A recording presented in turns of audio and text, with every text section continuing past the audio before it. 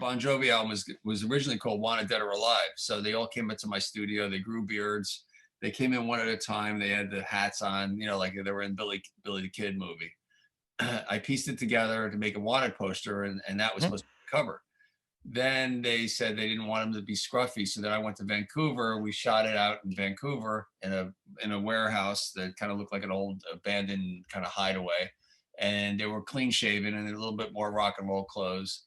And then we had the Wanted poster in the background of it, so that was the Okay. A concept. tie-in.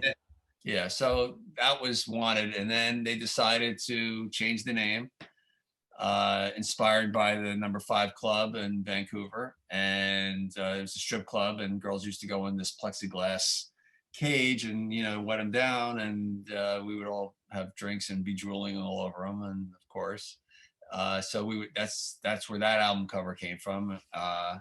Kind of Slippery When Wet, and then I think Doc McGee, the manager, came up with the name Slippery When Wet because of the road sign. So we kind of put two and two together and Ah, came up with that image. And so the plan was when we went back to Jersey that we would shoot it down by the Jersey Shore, get a bunch of cars, get some girls, and get some T-shirts that says Slippery When Wet, cut them up a little bit, and that's what we did, which I think ended up being the inner sleeve. yep. Um, and then one of the girls that we found on the beach is Angela's the girl with the really big breasts that we put front and center. Yep. And we asked her if she wanted to come in and be on the cover. So that was the plan B, is to put her on the cover. And the back cover would be them washing the cars and washing the girls and the whole Mhm. thing down the Jersey Shore. Uh, it was the PMRC was going on where they were putting labels on a lot of the albums that were Yeah. a little sexually, the content was a little, sexual, Mhm.